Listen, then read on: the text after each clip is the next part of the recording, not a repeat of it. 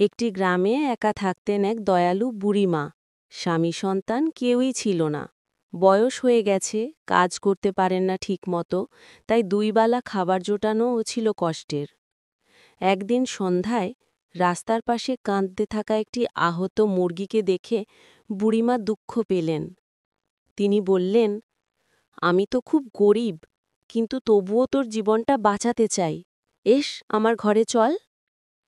বুড়িমা নিজে না খেয়ে মুরগিটিকে খাবার দিলেন, ক্ষত সারিয়ে তুললেন, যত্ন করলেন মায়ের মতো। কয়েকদিন পর মুরগি পুরো সুস্থ হয়ে গেল। তারপর এক সকালে বুড়িমা দেখলেন মুরগির বাসায় একটা সোনার ডিম। বুড়িমা বিশ্বাসই করতে পারছেন না।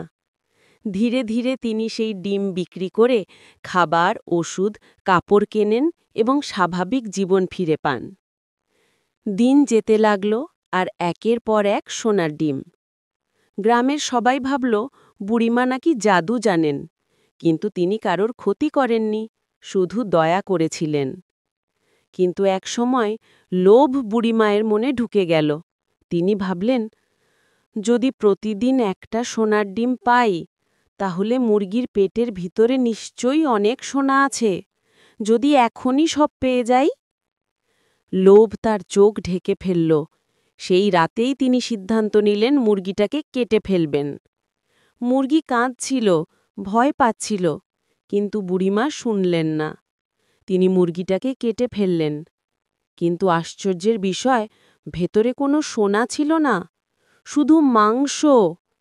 সেই দিনই বুড়িমা সব হারালেন, তার সোনা, তার সুখ, আর সবচেয়ে বড় কথা, তার একমাত্র ভালোবাসার বন্ধুকে। মাটিতে বসে বুড়িমা কাঁদতে লাগলেন। সুখ আমাকে কেউ কেড়ে নেয়নি, আমি নিজেই হারিয়েছি, আমার লোভের জন্য। দয়া মানুষকে আশীর্বাদ দেয়, আর লোভ মানুষের সব কিছু শেষ করে দেয়। যা আছে তাতেই সুখী হওয়া জীবনের সবচেয়ে বড় জ্ঞান।